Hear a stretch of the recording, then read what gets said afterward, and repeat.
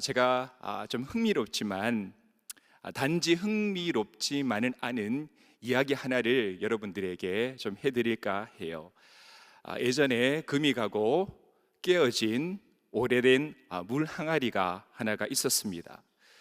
그런데 이 항아리의 주인은요, 웬일인지 항아리가 보통 깨어지면, 금이 가면 더 이상 쓰지 못해서 버리기 마련인데, 이 깨어지고 오래된 항아리를 버리지 않고 다른 멀쩡한 항아리들과 함께 물 깃는데 쓰는 것이었습니다. 그래서 이 항아리는 항상 주인에게 미안한 마음이 있었습니다.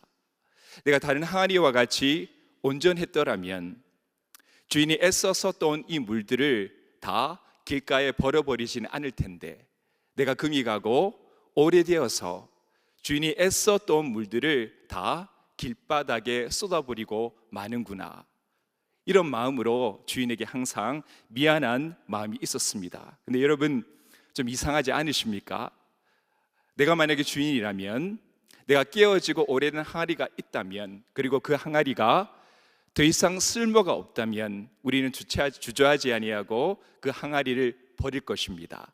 왜냐하면 더 이상 필요가 없어졌기 때문입니다. 그런데 이 주인은 왜 이 오래되고 깨어진 이 항아리를 버리지 아니하고 다른 멀쩡한 항아리와 함께 물 깃는데 사용을 했을까요? 깨어지고 오래된 항아리를 버리지 않고 애써 쓰려 했던 이 주인과 같았던 한 명의 선교사님이 계십니다. 그분은 언더우드 선교사님입니다. 이분이요, 1885년 4월 5일 인천 제물포 항구를 통하여서 조선 땅에 첫 발을 내디딘 때는 4월 5일 부활절 아침이었습니다. 부활절 아침에 오랫동안 이 조선을 향한 선교의 마음을 품고 이날에 도착하고 나서 얼마나 감개가 무량했겠습니까? 드디어 내가 꿈에 그리던, 기도했던 그 나라 조선에 도착을 하였구나, 그 마음을 담아서 기도문 하나를 작성했습니다. 그 기도문, 여러분들께 잠깐 읽어드리겠습니다. 오 주여, 지금은 아무것도 보이지 않습니다. 주여, 지금은 아무것도 보이지 않습니다. 주님, 메마르고 가난한 땅, 나무 한 그루 시원하게 자라오르지 못하고 있는 땅에 저희들을 옮겨와 심으셨습니다. 그 넓은 태평양을 어떻게 건너왔는지 그 사실이 기적입니다. 주께서 붙잡아 뚝 떨어뜨려 놓으신 듯한 이곳, 지금은 아무것도 보이지 않습니다. 보이는 것은 고집스럽게 얼룩진 어둠뿐입니다. 어둠과 가난한 인습에 묶여 있는 조선 사람뿐입니다. 이것이 이 땅에 첫 발을 내디뎠던 언더우드 선교사님이 조선, 그 땅을 바라보면서 기록하였던 기도문의 일부분입니다.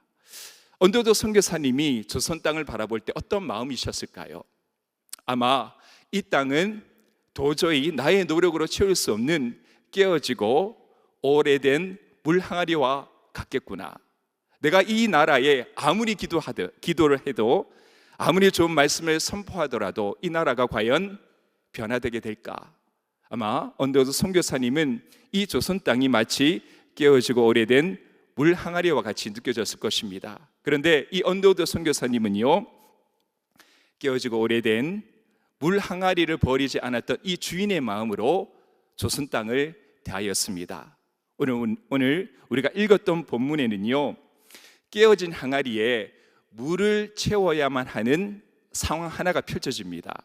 우리 함께 말씀을 통하여서 어떤 상황이었고, 주님께서 이 말씀을 통해서 우리에게 어떤 메시지를 주시기를 원하시는지 우리 말씀을 통하여서 우리 함께 살펴보기를 원합니다. 오늘 이야기는요, 갈릴리 주변에 몇 개의 도시들이 있었습니다. 그 도시 하나가 디베라입니다. 주님께서 이곳에서 갈릴리 호수 건너편 호수로 이동을 하십니다.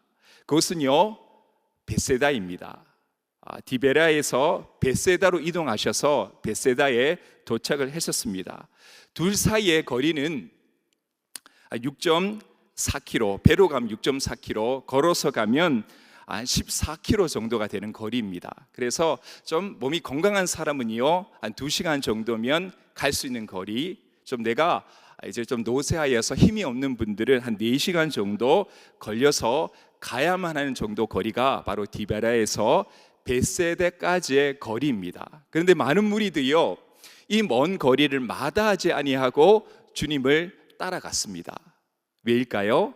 바로 예수님께서 병자들을 고치신 기적을 디베라에서 이미 보았기 때문입니다. 그래서 그 기적과 그 은혜를 다시 한번 삼하는 마음으로 주님을 따라간 것입니다. 주님, 나에게도 기적이 필요합니다. 주님, 나에게도 은혜가 필요합니다. 이 세상을 이길 힘이 주님께로부터 나오는 줄 나는 압니다.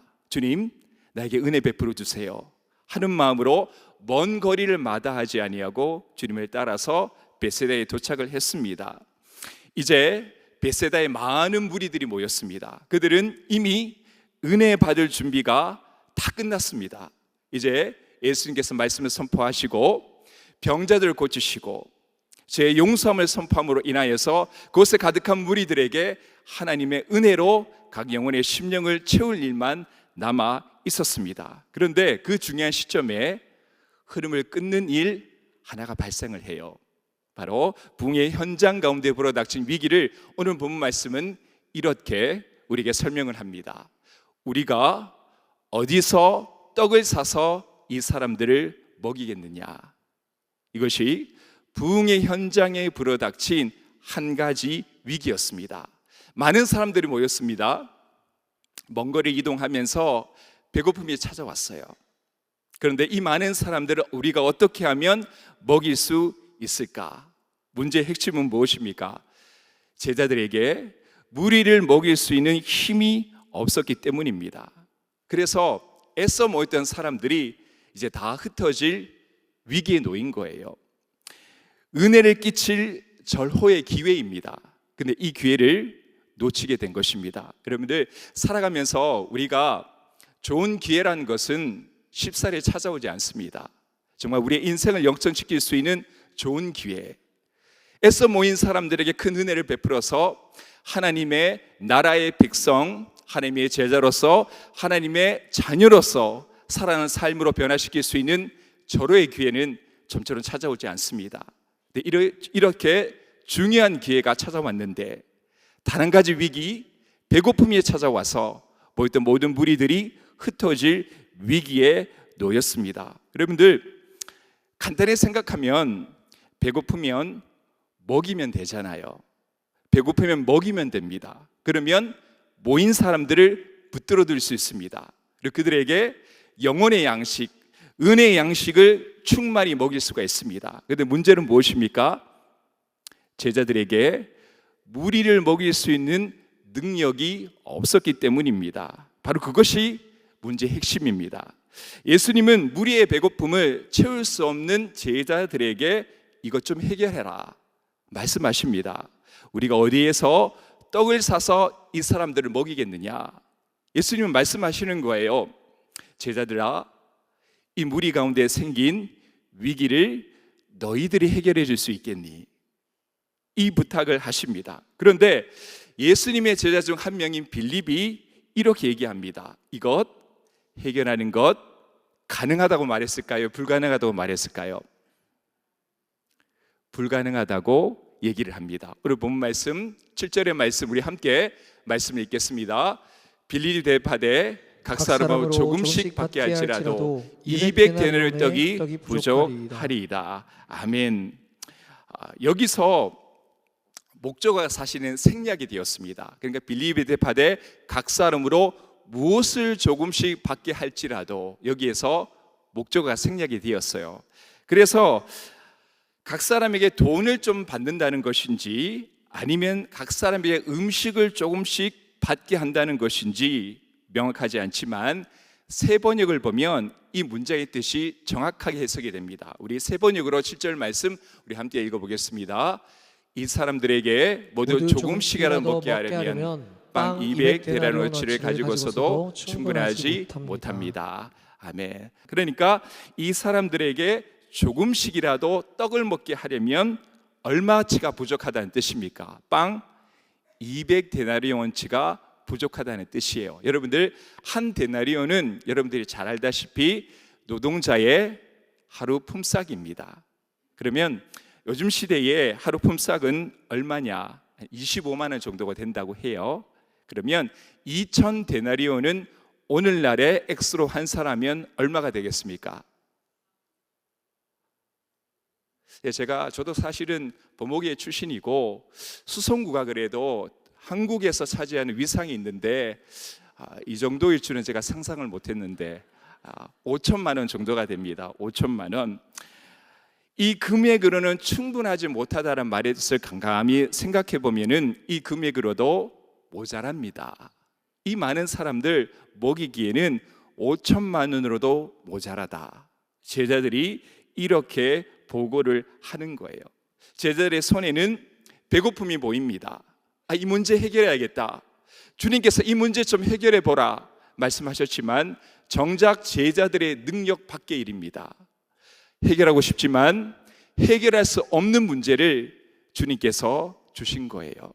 해결하시고 싶지만 해결할 수 없는 문제를 제자들은 지금 보고 있습니다. 우리 인생도 가만히 생각해 보면 깨어질 항아리에 물을 채워야 하는 일들이 생깁니다. 문제가 있습니다. 해결해야 되는 문제들이 보여요. 그런데 나의 힘으로 도저히 이것을 해결할 수 없는 깨어진 항아리, 그와 같은 일들을 우리는 살아가면서 부딪힐 때가 너무나도 많이 있습니다. 예수님, 내 인생 살아가면서 이거 너무나도 해결하고 싶어요. 그러나 나의 힘으로는, 나의 능력으로는 해결할 수 없습니다. 나의 힘으로는 해결할 수 없는 깨어진 항아리, 이것 들고 어떻게 하나님 이 세상에 부딪히는 많은 문제들을 해결하고 하십니까? 온전한 항아리가 필요합니다. 온전한 능력이 필요합니다. 이것을 구할 때가 우리 삶에 얼마나 많이 있습니까? 인생에 참 많은 아픔들이 있는데 특별히 사랑하는 사람의 아픔을 채워주지 못할 때 그것이 참 우리에게 고통을 주는 큰 아픔인 것 같아요.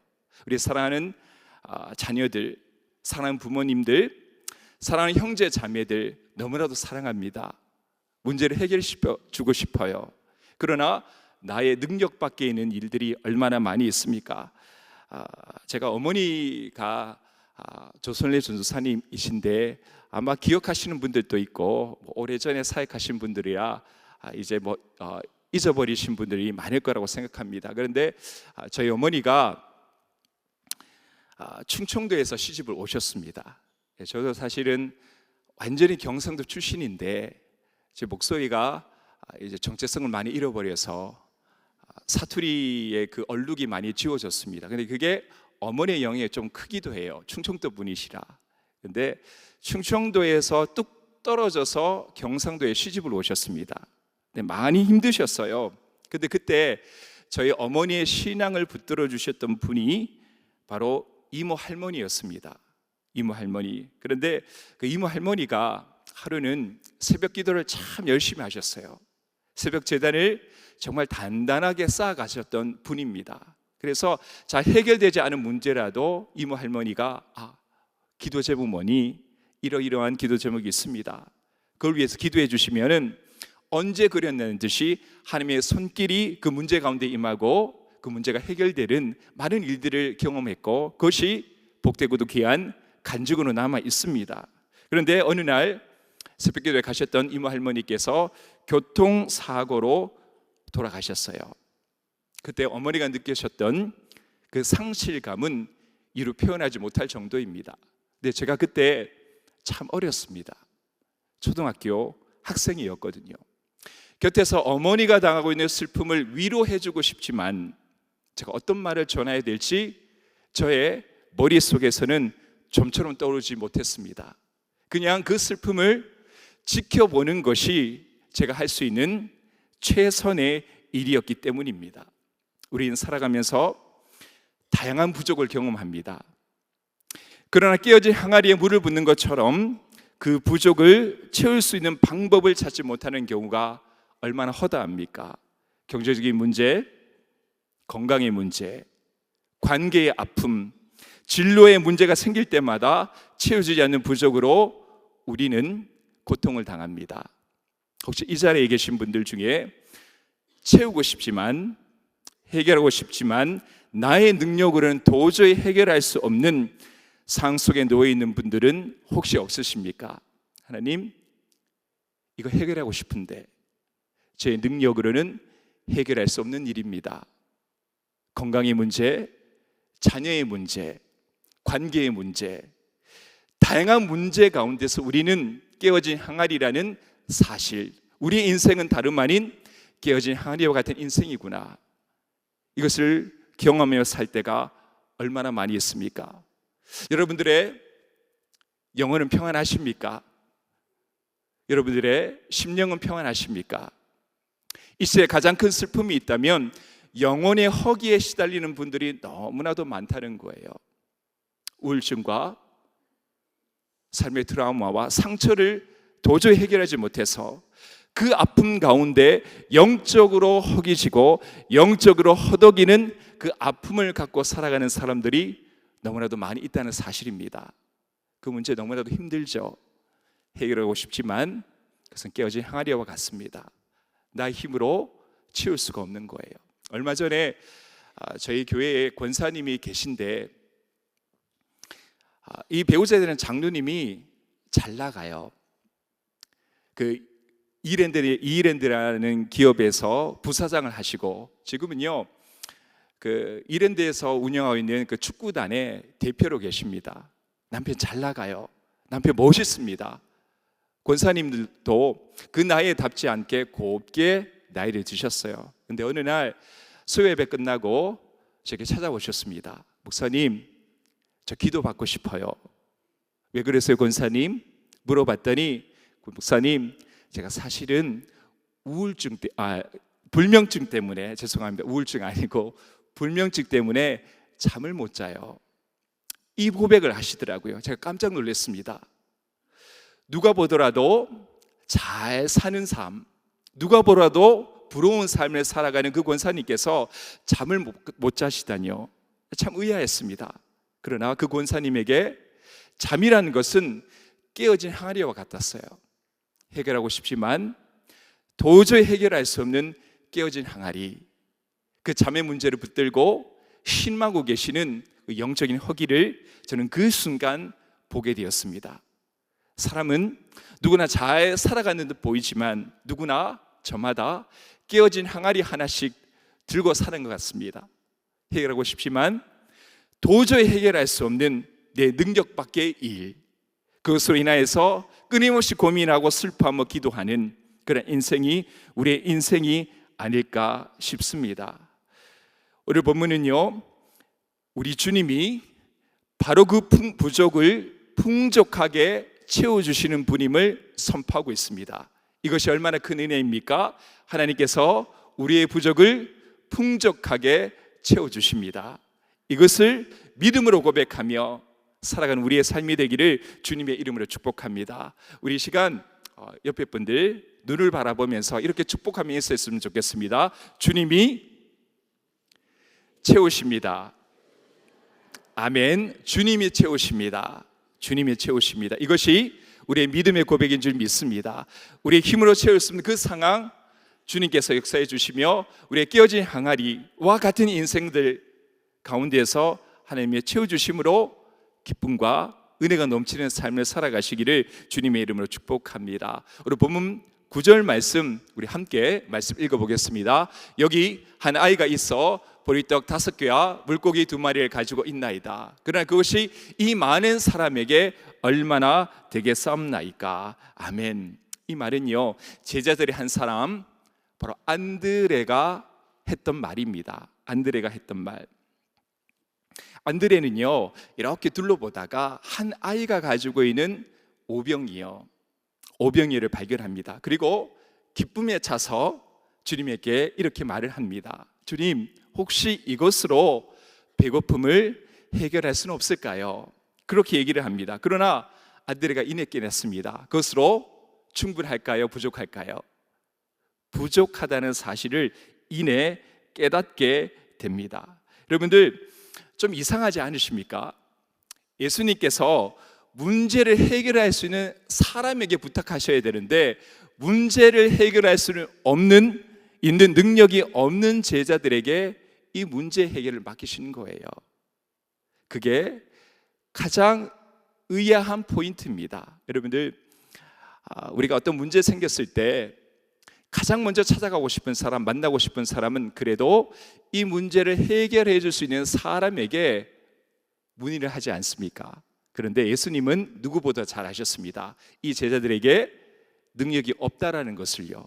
그런데 왜 예수님은 제자들에게 이 문제 해결을 맡기셨을까요? 왜냐하면 주님께서는 이 상황이 제자들에게 얼마나 중요한 상황임을 아셨기 때문입니다.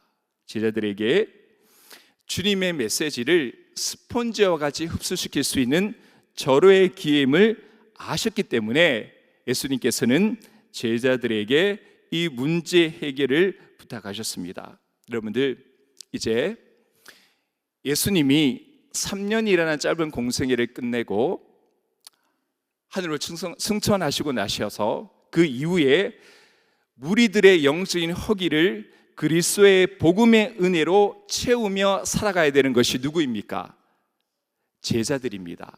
제자들. 그들에게 가장 중요한 것이 무엇일까요? 바로 그것은 믿음으로 살아가지만 여전히 부족한 자신들을 매 순간마다 발견하게 될 거예요. 오늘 우리 기도하다 보니까 새신자를 위해서 기도하시더라고요. 저희에게도 지금 이번 주, 다음 주 우리 4월 마지막 주가 태신자 초청 주일입니다. 근데 여러분들, 주변에 있는 가족들, 사랑하는 친구들 전도하려고 많이 시도해 보였지만 여러분들 그때마다 무엇을 경험합니까? 나의 힘으로는 할 수 없음을 경험합니다. 수많은 병자들, 수많은 영적인 허기에 시달리는 사람들을 만나게 될 터이지만 예수님이 그러하셨던 것처럼 제자들은 그들을 치유할 능력이 없습니다. 그들의 영혼을 변화시킬 만한 말씀의 능력이 부족합니다. 그것을 제자들은 날마다 경험을 하게 될 거예요. 지금 이 순간 제자들이 가장 필요한 것이 무엇일까요? 주님께서 이 문제를 그냥 제자들 맡겨봐야 해결 못하는데 내가 그냥 해결할게, 잠잠하게 해결하신 것이 아니라 제자들에게 알리신 이유는 10절과 12절을 통하여서 우리가 발견할 수가 있습니다. 우리 말씀 우리 함께 읽어보겠습니다. 예수께서 이르시되 이 사람들로 앉게 하라 하시니 그곳에 잔디가 많은지라 사람들이 앉으리 수가 5,000명쯤 되더라. 예수께서 떡을 가져 축사하신 후에 앉아있는 자들에게 나눠주시고 물고기도 그렇게 그들의 원대로 주시니라. 아멘. 여러분들, 예수님께서 사람들을 자리에 앉힙니다. 왜일까요? 이제 먹을 준비를 하기 위해서라기보다는 예수님께서 축사하기 위해서입니다. 축사하기 위해서 사람들을 앉으십니다. 자, 한번 이 장면 한번 생각해 봐요. 상상해 봅시다. 사람들을 다 앉으시고 오직 예수님만이 우뚝 서셨습니다. 무엇을 들고요? 오병이어를 들고 그 자리에 우뚝 서셔서 축사하신 뒤에 오병이어를 나눠주십니다. 그리고 그 이후의 일은 우리가 잘 알다시피 많은 기적이 일어났습니다. 자, 이 모습을 통하여서 예수님께서 제자들에게 참으로 보여주기를 원했던 모습은 바로 이것입니다. 주님은 어디에서 이 떡을 먹이겠느냐 질문하시고 주님께서 이렇게 답하십니다. 바로 내가 너희를 먹이겠다. 이 모습을 수많은 사람들에게 보여주신 것입니다. 은밀하게 행하셨다라면 사람들은 이 일이 누구 때문인지 알지 못했겠지만 주님께서는 사람들을 다 앉으시고 내가 바로 너희들을 먹이는 예수 그리스도의 심을 사람들이 모두 다 볼 수 있게 보여주신 것입니다. 이 장면이 바로 예수님께서 오병이를 들고 축사하신 바로 그 이유입니다. 주님은 마치 한 명의 감독처럼 갈릴리 바다 건편에서 제자와 무리, 그리고 오병이를 가진 소년을 주연으로 주님이 채우신다는 제목의 영화를 예수님이 누구인가를 알고 싶어하는 모든 사람들에게 상영하신 거예요. 예수님 누구야? 예수님 누구시니? 바로 우리의 절대적인 부족을 채우시는 분이 바로 예수님이야. 그것을 모든 사람들이 보게 하셨습니다. 그래서 불가능한 문제를 만날 때마다 이 장면이 기억되어서 이 사건을 통하여서 절대 부족을 채우시는 주님을 믿고 그의 제자로 담대하게 살아가라. 너희들의 부족에 매이지 말고 하나님이 반드시 채우심을 믿고 그 부족을 채우실 예수님을 믿는 믿음으로 살아가라. 그리하면 하나님께서 채우신다. 이것을 주님께서 이 오병 사건을 통하여서 그 사람들뿐만 아니라 지금 우리에게도 말씀하고 계십니다. 여러분들, 우리가 삶을 살아갈 때마다 인생의 부족을 경험할 때마다 주님의 채우심을 확신하셔야만 합니다. 그래야지만 인간적인 한계에 포기하지 아니하고 은혜로 주님의 일을 채워나갈 수가 있습니다. 언더두 선교사님의 기도의 마지막 부분입니다. 제가 한번 읽어드리도록 할게요. 조선의 마음이 보이지 않습니다. 그리고 저희가 해야 할 일이 보이지 않습니다. 그러나 주님 순종하겠습니다. 겸손하게 순종할 때 주께서 일을 시작하시고 그 하시는 일을 우리들의 영적인 눈이 볼 수 있는 날이 있을 줄 믿나이다. 믿음은 바라는 것들의 실상이요 보지 못하는 것들의 증거니라고 하신 말씀을 따라 조선의 믿음의 앞날을 볼 수 있게 될 것을 믿습니다. 지금은 우리가 황무지 위에 맨손으로 서 있는 것 같사오나, 지금은 우리가 서행 귀신 양지자라고 손가락질 받고 있사오나, 저희들이 우리 영혼과 하나인 것을 깨닫고 하늘나라의 한 백성 한 자녀임을 알고 눈물로 기뻐할 날이 있음을 믿나이다. 지금은 예배드릴 예배당 없고 학교도 없고 그저 경계와 의심과 멸시와 천대함이 가득한 곳이지만 이곳이 모자라 은총이 땅이 되리라는 것을 믿습니다. 주여, 오직 제 믿음을 붙잡아 주소서. 100여 년 전 깨진 항아리와 같은 이 조선 땅에 처음 발을 대딛고 언더우드 선교사님이 기도를 했던 그 기도, 주님, 이 조선은 깨진 항아리와 같습니다. 아무리 기도를 부어도 아무리 말씀을 채워도 그들은 그 깨어진 틈으로 다 새어나가 버립니다. 그러나 지금 우리는 주님이 채워주신 이 한국 땅에서 그 교회의 터전 위에서 신앙생활하는 깨어진 항아리가 채워진 그 세상 가운데 살아가고 있습니다. 이것을 통해서 여러분들 늘 기억하시기 바랍니다. 나의 한계를 부딪힐 때마다 주님의 일하심을 믿고 주님의 일을 감당하시기 바랍니다. 그러면 나의 한계를 넘어서 역사하시는 그 하나님의 역사가 우리 삶 가운데 나타나게 될 줄 믿습니다. 여러분, 범호교회 제가 역사를 조금 살펴봤어요.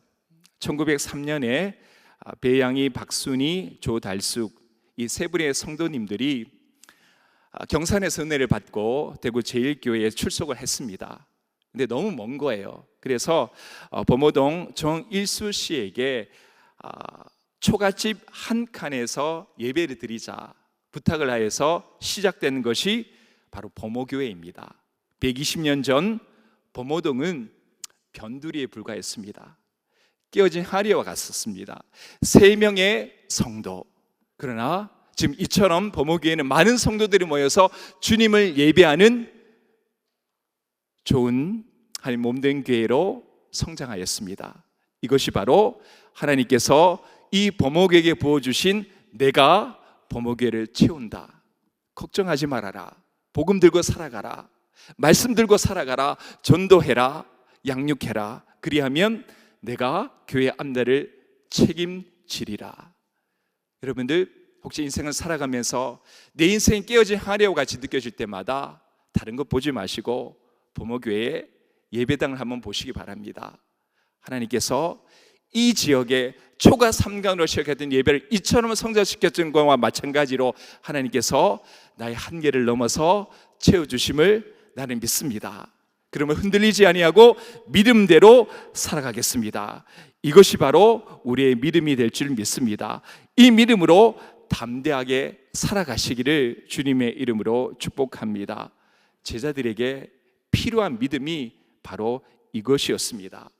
제자들의 삶 이전에 하나님께서 채워주신다는 그 믿음을 먼저 가져야 했습니다. 그래야 문제를 만나더라도 도망가지 아니하고 주님을 믿고 그 일을 담대하게 할 수 있습니다. 우리도 불가능을 가능케 하시는 주님을 반드시 만나야 될 줄 믿습니다.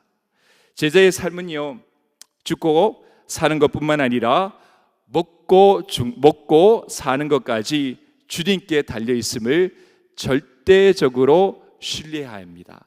우리 잠깐 저를 따라 합시다. 먹고 사는 것도 주님께 달려 있다. 이것을 날마다 선포하시기를 주님의 이름으로 축복합니다.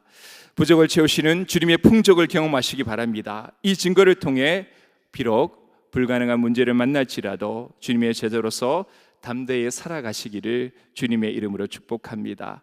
오늘 좀 마지막으로 우리가 드릴 오병이어가 어떤 것인지 좀 말씀을 통해 좀 살펴보려고 합니다. 어떻게 하면 부족을 풍족으로 채우시는 주님을 우리의 삶 가운데 어떻게 만날 수 있을까요? 우리가 부족은 경험하지만 하나님이 채워주시는 풍족을 경험해야 하지만 이것을 믿고 우리의 삶의 한계와 부족을 경험할지라도 주님의 채우심을 믿고 살아갈 수 있을 것인데 우리가 어떻게 하면 부족을 채우시는 풍족을 경험할 수 있을까요? 이 답은 오병이어에 있습니다. 오병이어에 주님께서는 왜 하고 많은 것 중에 오병이어를 선택하셨을까? 여기에 답이 있습니다. 오병이어는요, 지금 한 아이가 가진 모든 것입니다. 한 아이가 가지고 있는 모든 것이에요. 그 양 또한 한 명에게는 정말 적당합니다. 이 아이가 오병이어 딱 먹으면 배가 딱 부른 정도의 음식의 양입니다. 그러나 많은 사람들을 먹일 수 있는 양입니까? 아니면 부족한 양입니까? 먹이기에는 한참이나 부족한 양입니다.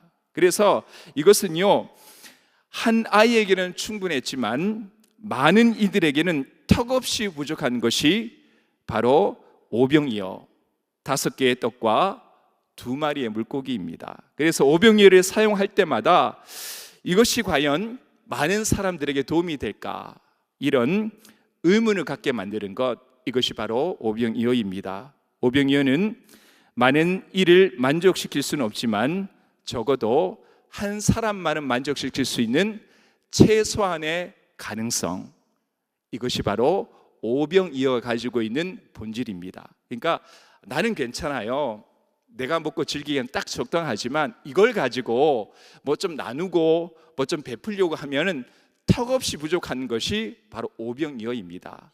하나님께서 바로 이 오병이어를 통하여서 문제를 해결했다는 사실이 우리에게 주는 메시지를 기억하시기 바랍니다.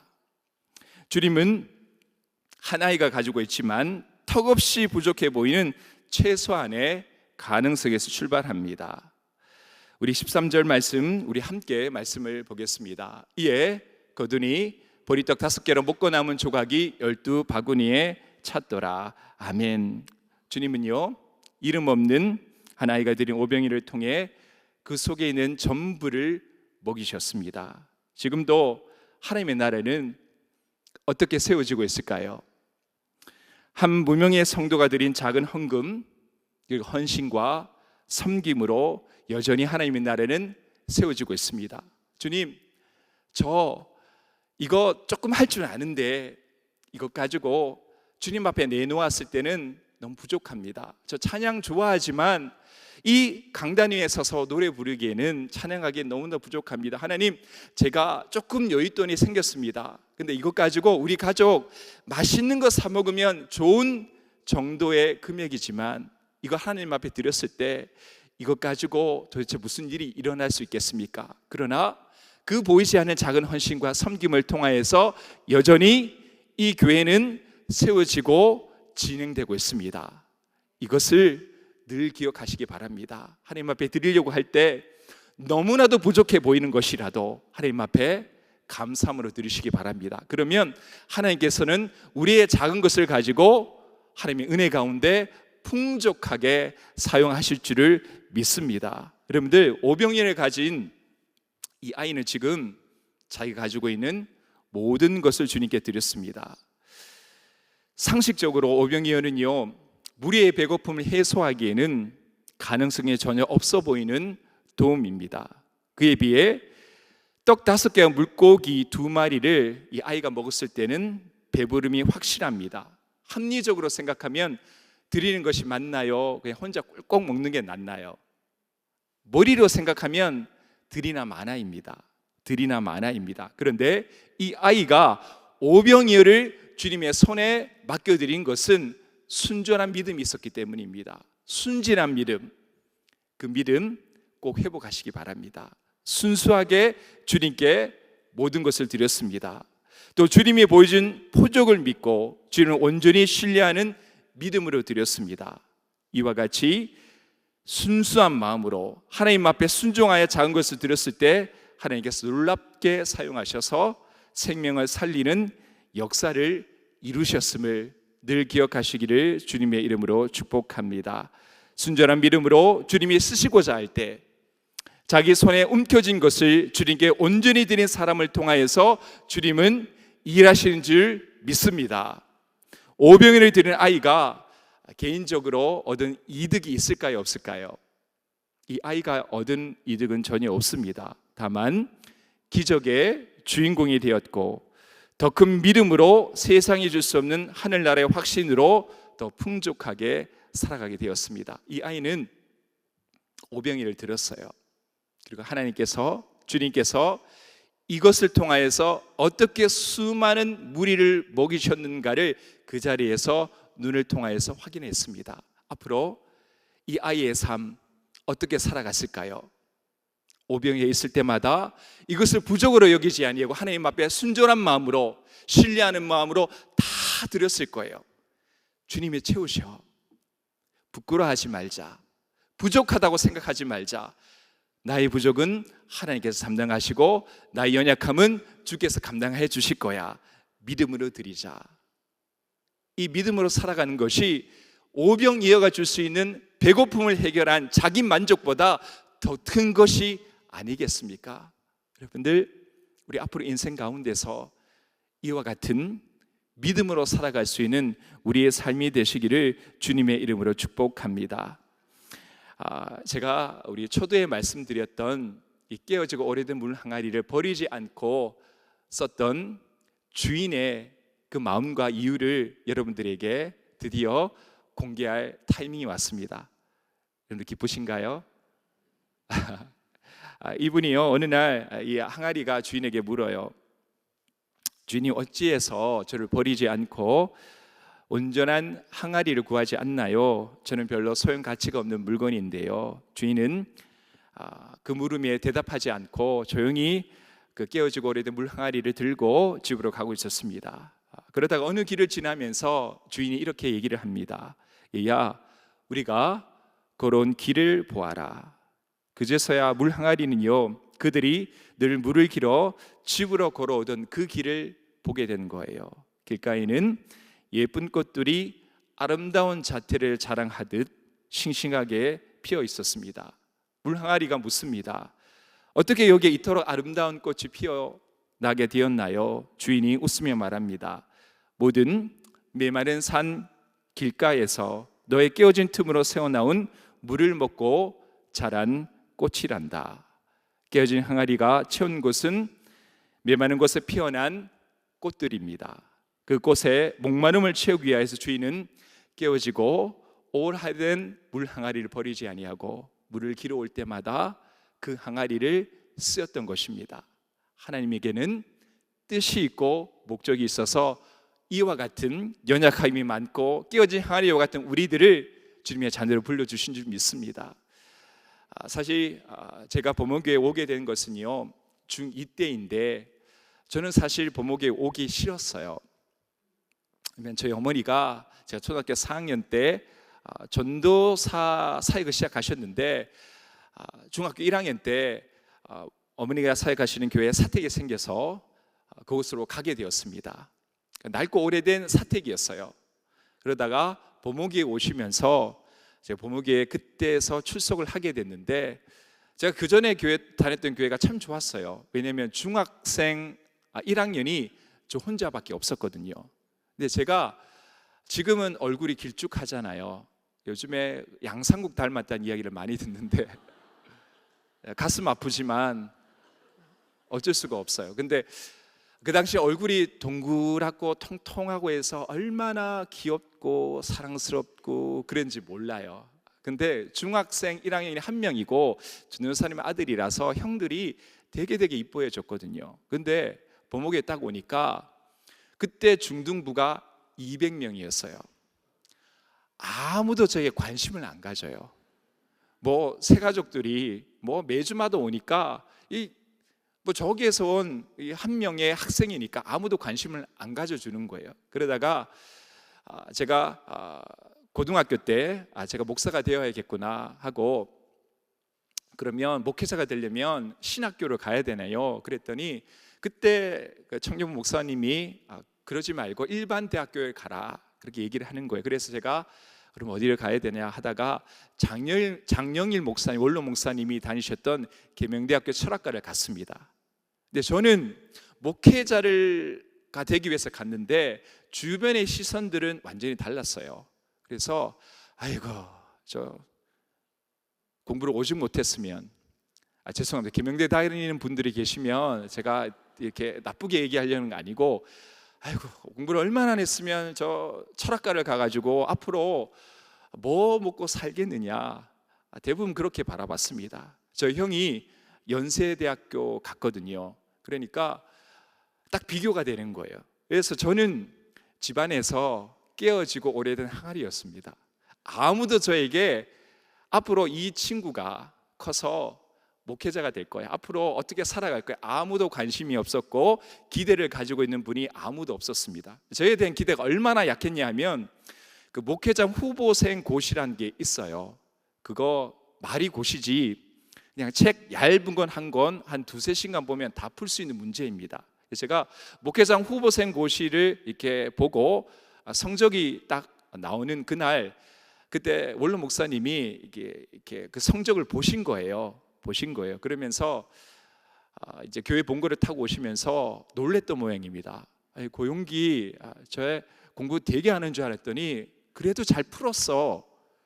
그 얘기를 제가 전해 들었는데 얼마나 저에게 기대감이 낮았으면은 이 목회장 후보생 고시를 그냥 본거를 가지고 아이고 저 친구 그래 공부 좀 하는 모양이야, 이 정도였습니다.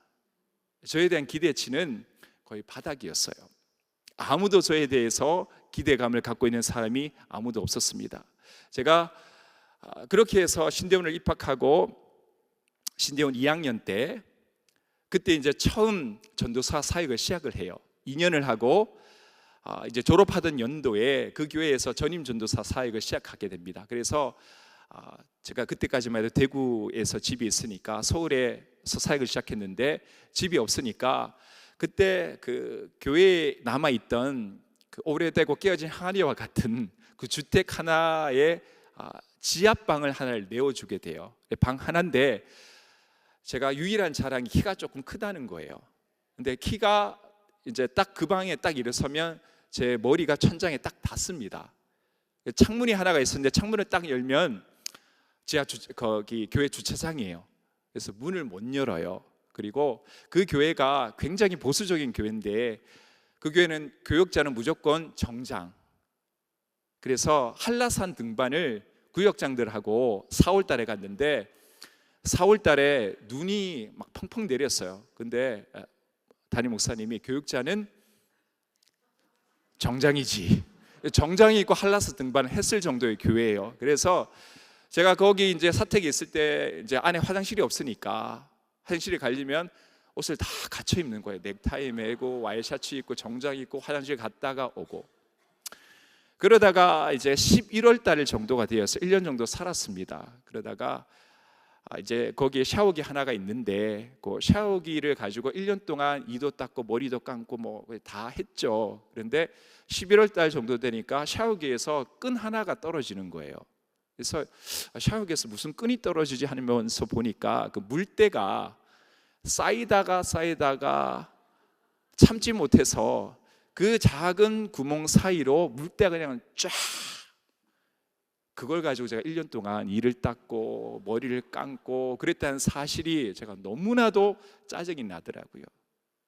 그리고 그때 이제 제가 이제 그 세탁기가 없다 보니까 거기에 있던 집사님이 불쌍히 여기셔서 식당에 있었던 걸레 빨던 세탁기를 저보고 주셨어요. 속옷이랑 양말이랑 빨라고. 그래서 제가 그 통돌이를 세탁하는데 이틀을 아무리 세제를 넣고 돌려도 그 때가 빠지질 않는 거예요. 그러다가 이제 어느 정도 때를 빼고 그걸 한 달 정도 사용을 했는데 그 식당에 봉사하던 권사님이 이 세탁기 어디 갔냐, 고등사 집에 있습니다. 교회 물건을 함부로 가져가서 되냐, 가져와라. 그래가지고 그걸 또 가져가셨어요. 제가 그 1년을 살면서 누가 저에게 기대를 했겠습니까? 그 단칸방에 일어서면 머리가 닿는 그 지하 단칸방, 문을 열면 지하 주차장이 보이고 화장실이 없어서 갈 때마다 정장을 입었다 벗어야 되는 그 상황. 그래서 제가 다음 교회를 갔어요. 그 교회 가서 제가 한이 맺혀가지고 사례비 중에 많은 부분을 돈을 써서 고시원 4층에 입성하게 됩니다. 고시원에서 제일 비싼 방, 햇볕이 들고 지상에 있는 고시원이 들어가요. 그러면서 월요일이 되면 도시락 그때만 해도 2개에 2,000원인가 4,000원짜리가 있었습니다. 그러면 그거 하나 가지고 아침, 점심, 저녁 다 해먹는 거예요. 여러분들 생각을 해보십시오. 30이 넘었습니다. 만나는 자매도 없어요. 고시원에 사는 한 명의 강도사, 누가 저에게 기대를 했겠습니까? 아무도 기대를 하지 않았어요. 근데 거기서 제 아내를 만나게 됩니다. 근데 제 아내가 담임 목사님 딸이 3명 있었는데 둘째 딸이에요. 여러분들 근데 이게 나쁘게 생각하지 마세요. 제가 뭐 교회 가가지고 우리 담임 목사님 딸 있구나, 아이고 내가 한번 이렇게 그런 게 아니고, 그때 저희 아내는 외국에 있었어요.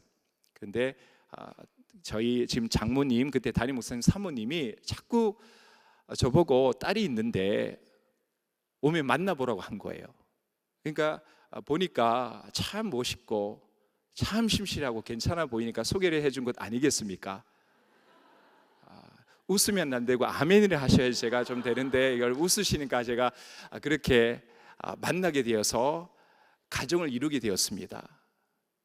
저희가 저는 아버님 얼굴 한 번도 본 적이 없어요. 태어날 때 병이 걸리셨고 가장 역할 한 번도 하지 못하셨습니다. 그런데 그 장인 어른이 저에 대해서 계획을 갖고 계시더라고요. 앞으로 고 강도사님 좋은 목사 될 거예요. 처음으로 저에게 꿈을 갖고 저의 삶을 인도한 분을 처음 만났습니다. 제가 미국에 가서 공부도 하고 왔어요. 우리 장영희 목사님이 계셨던 RTS에 가서 공부도 하고 왔습니다. 예, 근데 저에게는 그게 꿈만 같은 일이었어요. 아무도 나에게 저 사람이 어느 날 교회에서 목양을 하면서 많은 사람들이 하나님의 말씀을 증거하고 영혼들을 책임질 일을 할 거야, 그 누구도 생각하지 않았습니다. 그냥 깨어진 항아리야, 저 친구 뭐가 되겠니? 그러나 유일한 한 분, 하나님께서 아니야, 저 친구는 깨어진 항아리가 아니라 하나님의 말씀을 담는 사람으로 쓰임받을 거야. 하나님이 저에 대한 계획을 갖고 계셨습니다. 사랑하는 부흥교회 성도 여러분들, 우리가 살아가면서 내 인생이 깨어진 항아리와 같이 너무나 빈틈이 많고 날마다 문제 가운데서 실망하고 있는 깨어진 하리와 같은 인생이라는 생각을 하십니까? 그러나 하나님은 그렇지 않아요. 하나님은 여러분들 그 빈틈을 통하여서 하나님의 놀라운 일을 행하실 그분이 바로 나의 주, 나의 하나님이십니다. 인생의 부족과 한계를 경험할 때마다 살아계신 하나님, 그분 하나님께서 나의 부족을 풍족으로 채워주실 것이다. 이 믿음을 가지고 믿음대로 살아가시기 바랍니다. 날마다 하나님께서 우리에게 베푸시는 은혜 가운데 승리하는 우리의 삶 되기를 원합니다.